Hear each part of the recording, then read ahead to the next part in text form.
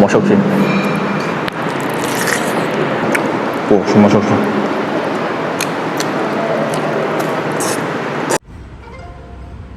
Sai đi quay tí lệ năng đi tụi ta cái đồ năng đi tụi ta. Yung nga ako may tay Instagram dam ting này si yung lao si hao nặng tuần này yung si một sắc si si mà hao yung gì đó Hao gì không gì nè. lục liên hay gì cái nô tuần này vậy Pung drama thôi đi. Xí năng đi cái chất lô gì cái nó xí đi. rồi pung drama thôi nó pung mà phần pung đi pan một hàng vậy rồi si mà hao gì mấy tay cái nó nặng tuần này yung gì đó si mà hao Gì không gì mà hao thôi. cái đó rất lo Chất lô tụi đi. location se Kwakaichen gi Infant College laibudo adugi hek opposite ta Tata Motors leire gi building ama ani subda dum leire ani subagi first floor da Lookland by Leirung Resto sidagi sangani aduga hotel se first floor da nebo ko oi first floor je smile to look hambam le ani ba sidigi ke nakanda da moi gi counter le mafamse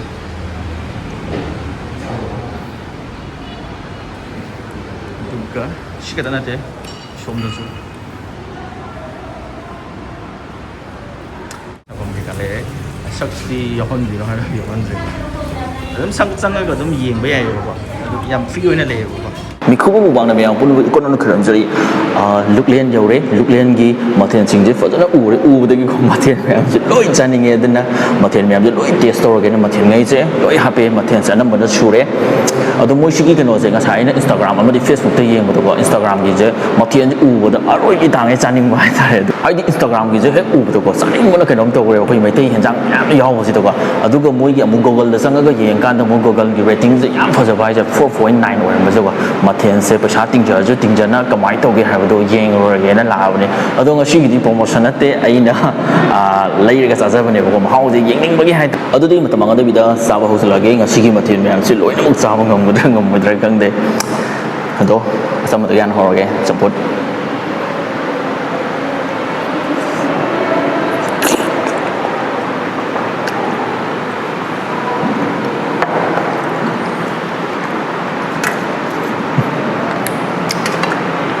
यामन रो मचान खंगे अदो मोय hotel की कनोदा सुमाइना सेमना तिओ सिडी आइना आइयो इबा कनोदा semen बने क्वाइ first ता हाइन हाउइन बजे तीजे मोय की कनोजिदा याम जुनिक ओय बको हाइदि मसुजी दा उबदा ता खंगे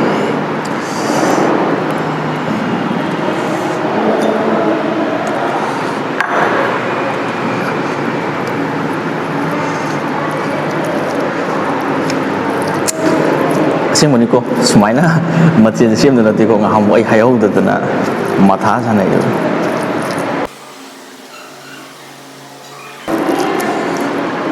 मसकसि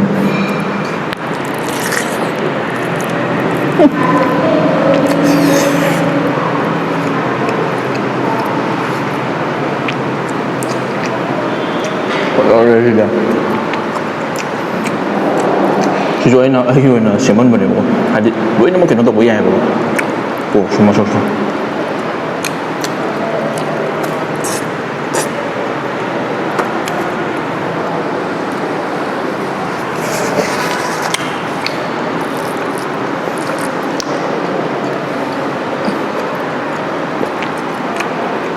甚至还是闷热的这点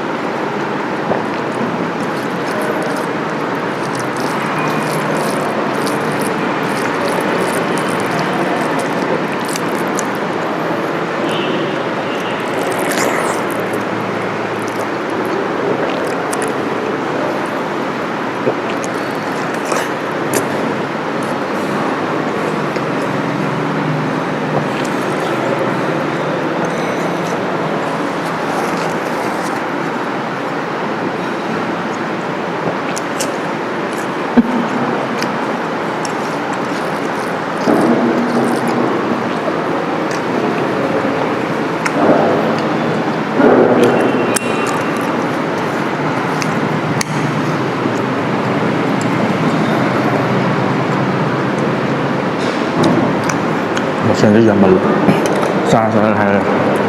是呢？新酒。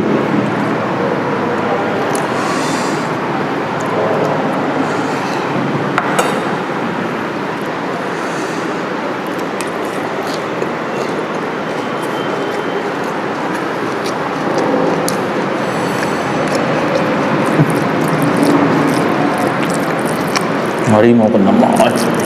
우찌기리 용기 동버가 썸만해요 거의 버티엔기 동버도 많이 동부 짜라큰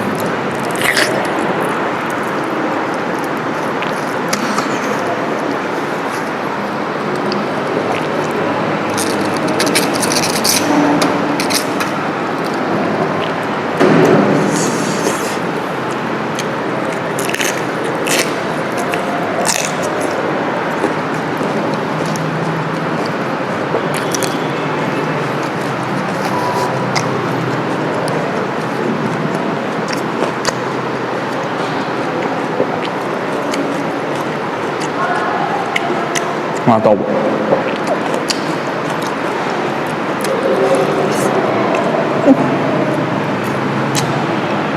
이게 맛이 좋은데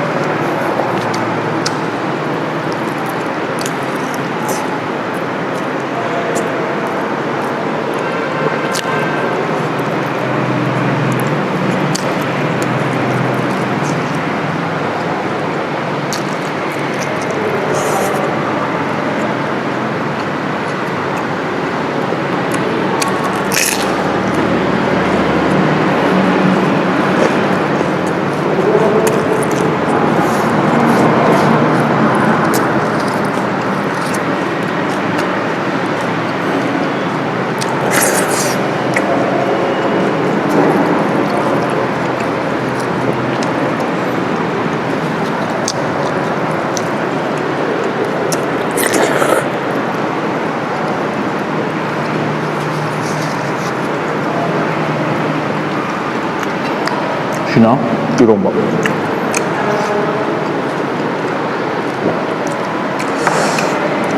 diam-diam đó hồi mà gần được một mạch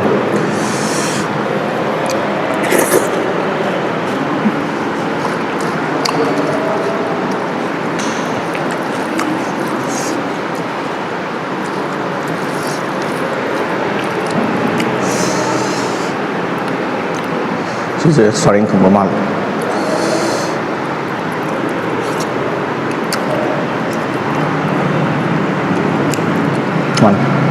살인 금방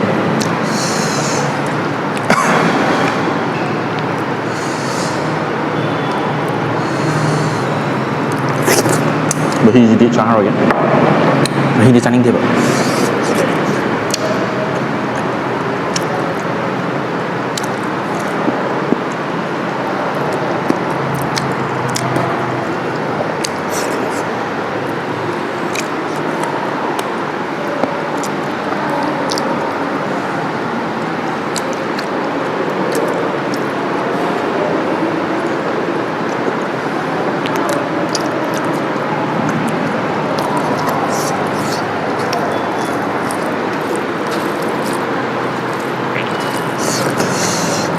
拉个塔上来编这个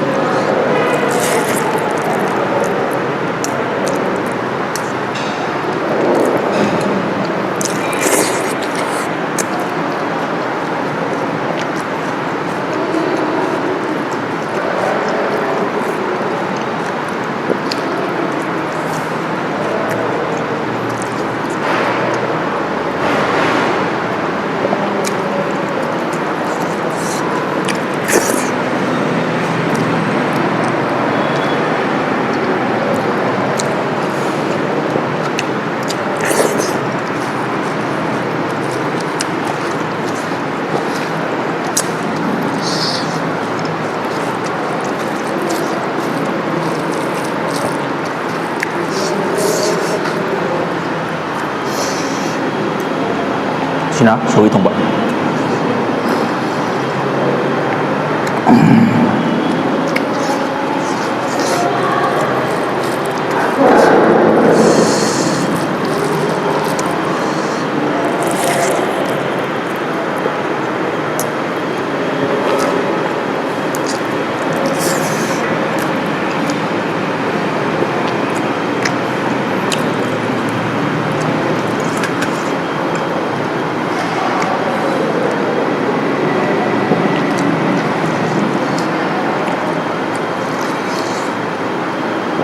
Một đi trà này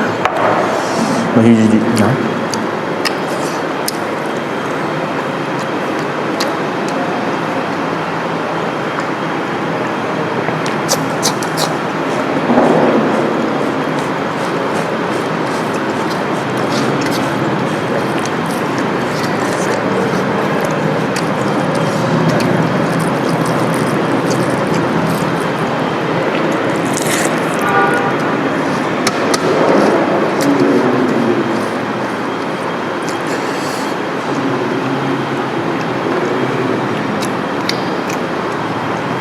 cũng giòn mới ra nữa.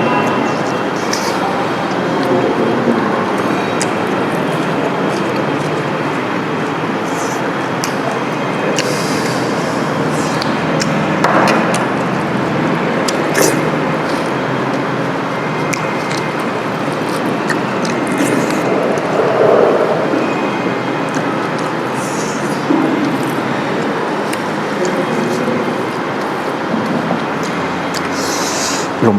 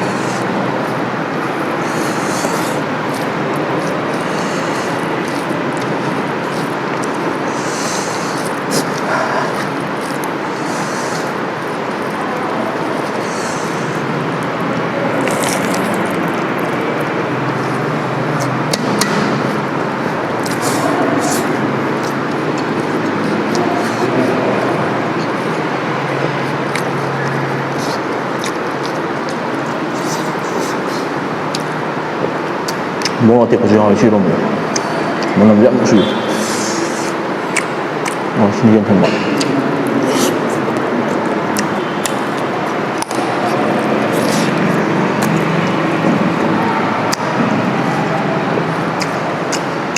이런 거 뭐.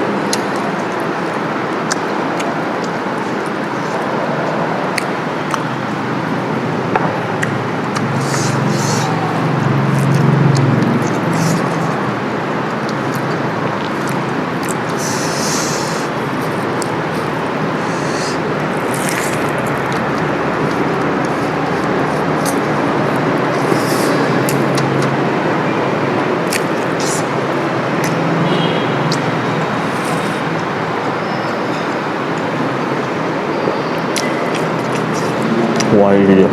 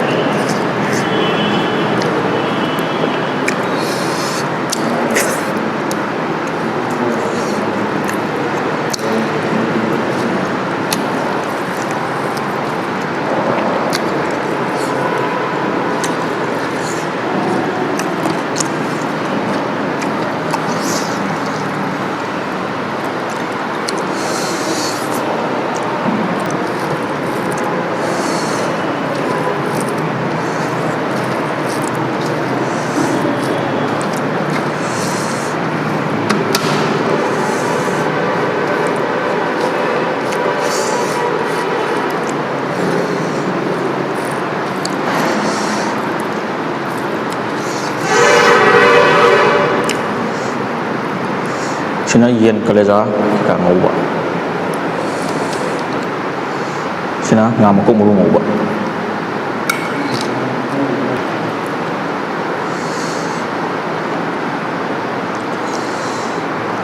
sina yen thongba mahi ji cha ado aina chaning da ba bdil he ba sigi changong ke je sije bde ain hena da woi si cha roi aduga sigi hai thong bu ji hawai thong re aduga sina sana ka karo khabi nak tare karo khabi aduga pak nam jam beson pak nam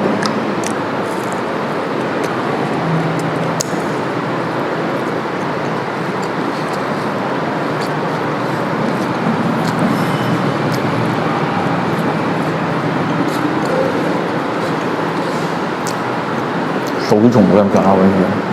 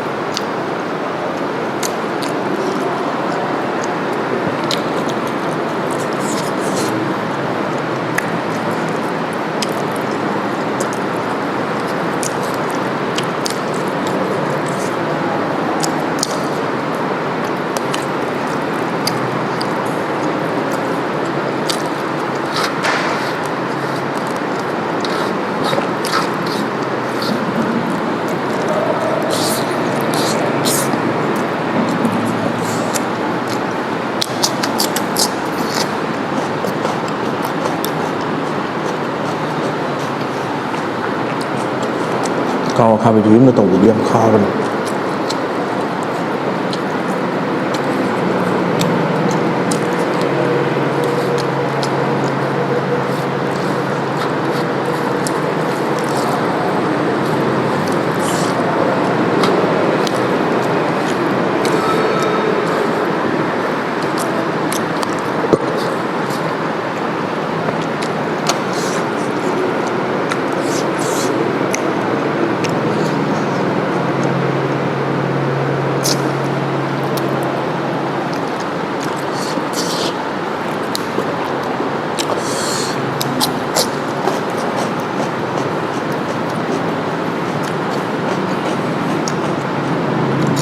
Masalah lu orang dah ikan.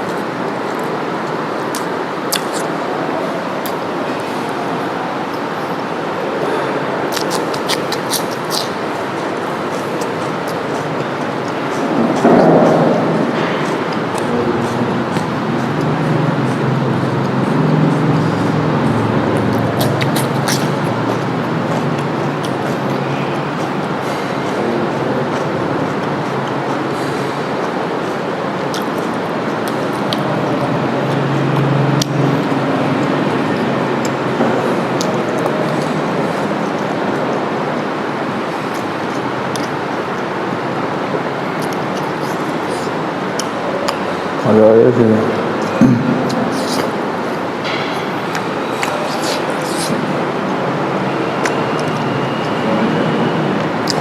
Last ꯀꯥꯡꯇꯛ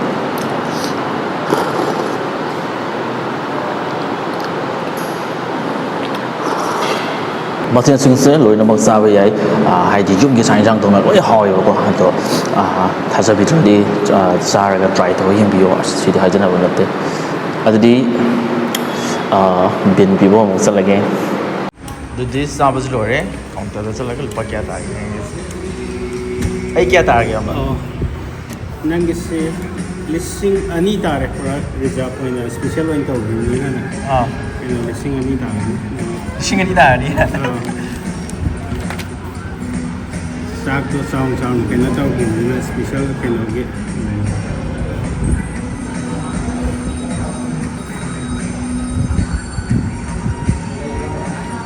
ꯀꯃꯥꯏꯅ ꯇꯧꯒꯦ ꯆꯥꯛ ꯏꯟꯖꯥꯡꯗꯨꯕꯣ ꯆꯥꯛ ꯏꯟꯁꯥꯡꯗꯤ ꯐꯖꯅ ꯍꯥꯎꯋꯦꯀꯣ ꯑꯗꯨꯗꯤ ꯖꯤꯄꯦ ꯇꯧ ꯌꯥꯅꯤꯀꯣ ꯌꯥꯝꯕ